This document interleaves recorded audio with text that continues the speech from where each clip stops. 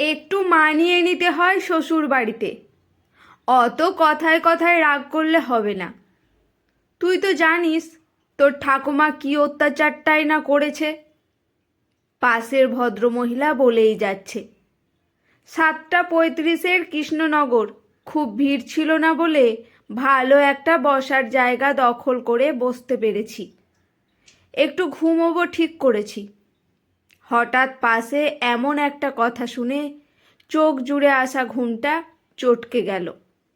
মানিয়ে নেওয়া, যুগের পর যুগ চলে আসা একটা পরিচিত শব্দ।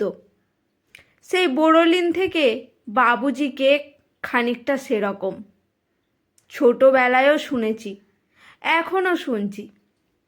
সাধারণত মা বা মাতৃস্থানীয় মানুষদের থেকেই শোনা যায় এই কথাগুলো। এক্ষেত্রেও বোধহয় ভদ্রমহিলা মাই হবে।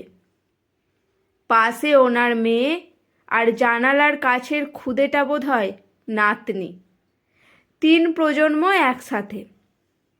মানিয়ে নিবি, তবেই সংসার শান্তির হবে। রূপাঞ্জন সারাদিন অফিস করে ফেরে, তখন যদি দেখে মা বউয়ের অশান্তি, ওর ভালো লাগে? ভদ্রমহিলার কথা ওনার মেয়ে কতটা মনে নিচ্ছে সেটা শ্রোতা হয়ে আমার পক্ষে বোঝা সম্ভব নয়। দেখে মনে হচ্ছে মেয়েটি আমার বয়সীই হবে, বা কিছুটা কম। খুব মিষ্টি করে সেজেছে। একটা লম্বা বেনি, হলুদ রঙের শাড়ি, সাথে গাঢ় নীলের ব্লাউজ।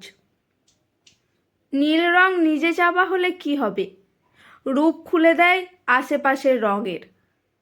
তাই বোধহয় নীল হলুদে মাখামাখি মেয়েটিকে আরও সুন্দর লাগছে দেখতে। আর সেটা মেয়েটি বোধহয় নিজেও জানে, তাই হাবে ভাবে প্রচণ্ড আত্মবিশ্বাস। শাশুড়ি তো বলবেই, বয়স হলে এমনি মানুষ খিটখিটে হয়ে যায়। আর তোর শাশুড়ি তো আমার থেকে অনেক বড়। হাতে পায়ে জোর কমে এসেছে। ভদ্রমহিলা বলেই যাচ্ছেন, উনি বোধহয় পরিবারের একমাত্র বক্তা। হাতে পায়ে জোর কমে এসেছে, শুধু জোর আছে মুখের। মুখের সাথে যদি হাত পা সবে জোর থাকতো বুঝতাম। এই যে সারাদিন বাদে বাড়ি যাব, গিয়ে দেখব কিচ্ছু রান্না নেই, খাবার নেই। আমি গিয়ে রান্না করলে তবে খাওয়া জুটবে। সকালেও সকালের খাবার, দুপুরেও খাবার, সব করে এসেছি। সব করে আর সেজেগুজে আসতে ইচ্ছেই করছিল না। মান্ত মাসিকে তো বললাম, বুকানের আইবুড়ো ভাতটাই আমায় বাদ দাও, একদম বিয়ের দিন রাতে যাব। মেয়েটি ফোনের দিকে তাকিয়েই বলে যাচ্ছে কথাগুলো।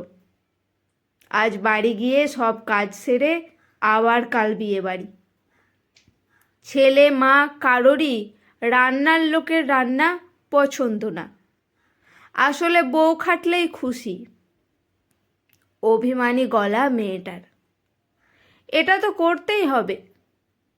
আর রান্নার লোকের রান্না খাওয়া কি ভালো? আর তুই তো বাড়িতেই থাকিস। ভদ্রমহিলার কথায় আমি বাধ্য হয়ে সরাসরি তাকালাম। বোঝার চেষ্টা করলাম, সৎ মা কি? সেটাই তো ভুল করেছি চাকরিটা ছেড়ে। কি বলতো, দিনের শেষে কখনো আমারও ইচ্ছে করে অন্তত একটা দিন শুয়ে বসে থাকতে। মেয়েটির মুখ কিন্তু নিচের দিকে, মোবাইলে আটকানো, কিন্তু মাকে উপেক্ষা করছে না। সব কথাগুলো মন দিয়ে শুনে উত্তর দিচ্ছে। মনে রাখবি, ওটা তোর সংসার, আর সেটা আগলে রাখার দায়িত্ব তোর। তোর জন্মের সময় আতুর উঠতে না উঠতেই আমি রান্নাঘরে ঢুকেছি। ভদ্রমহিলা আবার বলে উঠলেন। মেয়েটি সরাসরি এবার মায়ের দিকে তাকিয়ে খুব আস্তে করে বলল, তাই কি তুমি আমার এই পরিস্থিতি দেখে শান্তি পাচ্ছ? মানে নিজের সাথে হওয়া ঘটনা মেয়ের সাথেও হয়েছে, এটা তোমার বেশ লাগছে বোধহয়। মেয়েটির মুখ তুলতে আমি দেখলাম ওর মুখটা, কি অপূর্ব চোখগুলো, কিন্তু সেটা কানায় কানায় ভর্তি। বুঝতে পারলাম এই দুঃখটা আরও মারাত্মক। বিশ্বের সবার সাথে লড়াই করা যায়, কিন্তু নিজের মা, ভদ্রমহিলা তো নিজেরই মা। সেরকমই তো বললেন মেয়েটির হওয়ার সময়কার আতুরের গল্প, ঠাকুমার গল্প। তাহলে সেই মা এত নির্মম কেন? আজকাল মায়েরা খুব চালাক। তারা না পারে মেয়ের সংসারে ঢোকে না, উটকো ঝামেলা মনে করে। কিন্তু এই ভদ্রমহিলা তেমনটাও নয়, উনি বেশ অন্যরকম। বোঝা যাচ্ছে উনি মেয়ের সব দুঃখ শোনেন, কিন্তু রায়টা মেয়ের বিপক্ষেই দেন। আমি আবার ভদ্রমহিলার দিকে তাকালাম। মেয়ের কথাগুলো শুনে ওনার চোখ দুটি গোল গোল হয়ে গেছে। মেয়ে কিভাবে এই কথাটা বলতে পারে সেটাই হয়তো ভাবছেন। ট্রেন বলে হয়তো খুব বেশি প্রতিবাদী হলেন না, শুধু আলতো রাগী গলায় বললেন, এরকম কথা, এরকম শিক্ষা, জানি না মেয়েটা কেমন তৈরি হবে। আমার শিক্ষা ভালো ছিল, তাই তুই এখনো ওখানে আছিস। যেভাবেই হোক করছিস। তোর যা শিক্ষা, তোর মেয়ে তো মোটেই মানবে না কারোকে। আমি চাইও না মেয়েটা আপোস করতে শিখুক। আমি চাই ও প্রতিবাদ করুক, নিজের সম্মানটুকু ভালোটুকু বুঝে নিক। মেয়েটি বলতেই আরও রেগে গেলেন ভদ্রমহিলা। বললেন, তাহলে আর কি, বাড়িতে মেয়ের জন্য একটা ঘর রেখে দিস। এরকম শিক্ষার মেয়েরা বরের ঘর করতে পারে না। যে মা এই শিক্ষা দেয় যে প্রতিবাদ করবি, মানিয়ে নিবি না, সেসব বাচ্চাদের এটাই হয়। দেখলাম মেয়েটি চোখ বন্ধ করে নিল। তারপর মাকে বলল, হিসেব করো। 500 টাকা নাচে, 300 টাকা ক্যারাটে, 5000 টাকা স্কুলে, 300 টাকা আঁকা, তারপর সুইমিংটা এককালীন, তাই বাদ দিলাম। এইটুকু বলেই থামলো মেয়েটা। হিসেব করলে? আচ্ছা দাঁড়াও, আমিই বলছি। 6100।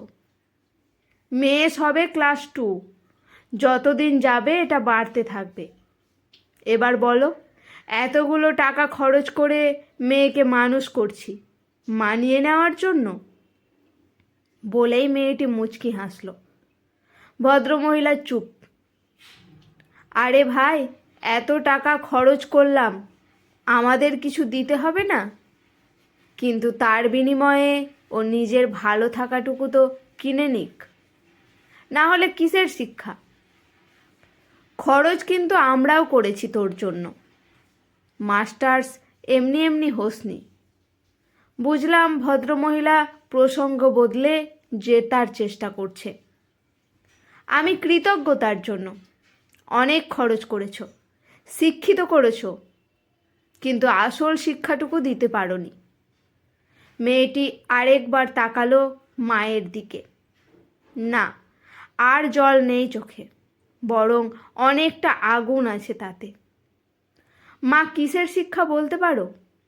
যদি আত্মরক্ষায় না হলো? না, আমার শ্বশুর বাড়ির কেউ আমার গায়ে হাত তোলে না, কিন্তু মানসিকভাবে আমি ভালো নেই মা। আরও খারাপ লাগে যখন তুমি আমায় বলো মানিয়ে নে। আবার গলাটা ধরে আসছে মেয়েটার। মা জায়গাটাই যে বড্ড আবেগপ্রবণ জায়গা। মা, তুমি চাও আমি ভালো থাকি, সুখে সংসার করি, মিমি দিদির মতো ডিভোর্স না হয়, কিন্তু এটা কি বেঁচে থাকা? বলেই উঠে পড়ল মেয়েটা। তারপর জানালার পাশে বসা বাচ্চা মেয়েটাকে টেনে এগিয়ে গেল। আরে সবে তো বেলঘড়িয়া, ভদ্রমহিলা বললেন। মেয়েটা বলল, আমি আগরপাড়া নেমে অটো নিয়ে নেব, তুমি সাবধানে সোদপুর নেমে যেও। তোর তো সোদপুর নেমেই কাছে হতো, ভদ্রমহিলা বললেন। ঠিকই, কিন্তু মেয়েটি ততক্ষণে এগিয়ে গেছে নামবে বলে। ভদ্রমহিলার মুখখানি লাল, দেখে মনে হচ্ছে উনি বেশ কষ্ট পাচ্ছেন। মেয়ের দুঃখ কষ্ট পেয়েছেন উনি, কিন্তু সেটা মনে আনেননি বা মেয়েকে আস্কারা দেননি, পাছে মেয়ের সংসার ভেঙে যায়, মেয়ে আবার ফিরে আসে। কি জবাব দেবেন উনি? সবাই তো মেয়েকে অশিক্ষিত বলবে।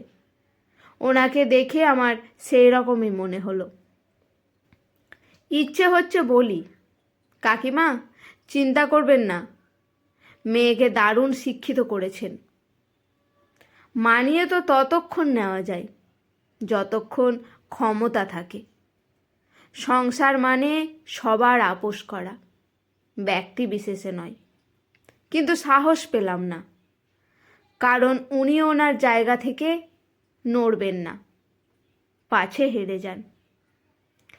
এটাই কথা, সংসার মানে হার জিত, বরং মিলেমিশে সেটাকে মানিয়ে নেওয়া। আজকের গল্প আপোষ, কলমে অনিন্দিতা মুখার্জি সাহা। আজকের গল্পটি এখানেই সমাপ্ত। কেমন লাগলো অবশ্যই কমেন্ট করে জানাবেন। ভালো লেগে থাকলে পাশে থাকবেন।